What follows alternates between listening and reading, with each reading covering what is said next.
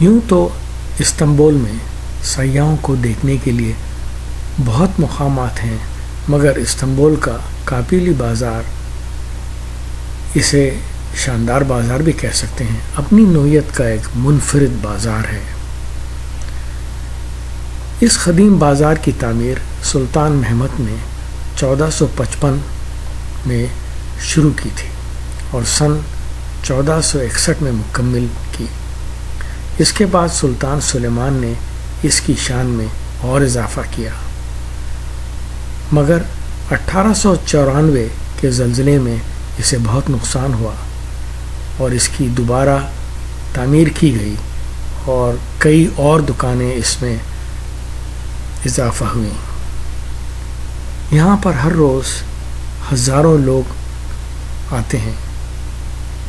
اس میں 4000 دکانیں ہیں اور 58 گلیاں اور 4 بڑے دروازے ہیں۔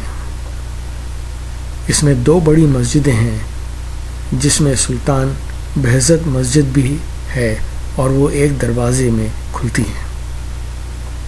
ہر قسم کی دکانیں موجود ہیں، جواہرات، ریشمی ملبوسات، چمڑے کے اشیاء، قالین اور گھر سجانے کے سامان موجود ہیں۔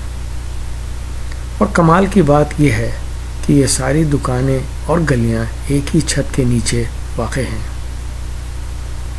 کھانے پینے کی چیزیں، مٹھائی کی دکانیں، چائے خانے ہر حصے میں نظر آتے ہیں۔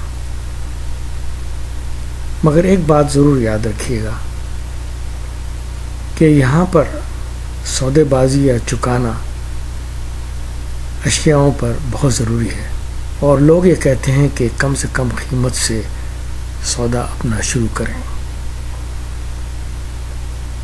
شکریہ آپ کا سننے کا۔ اللہ حافظ۔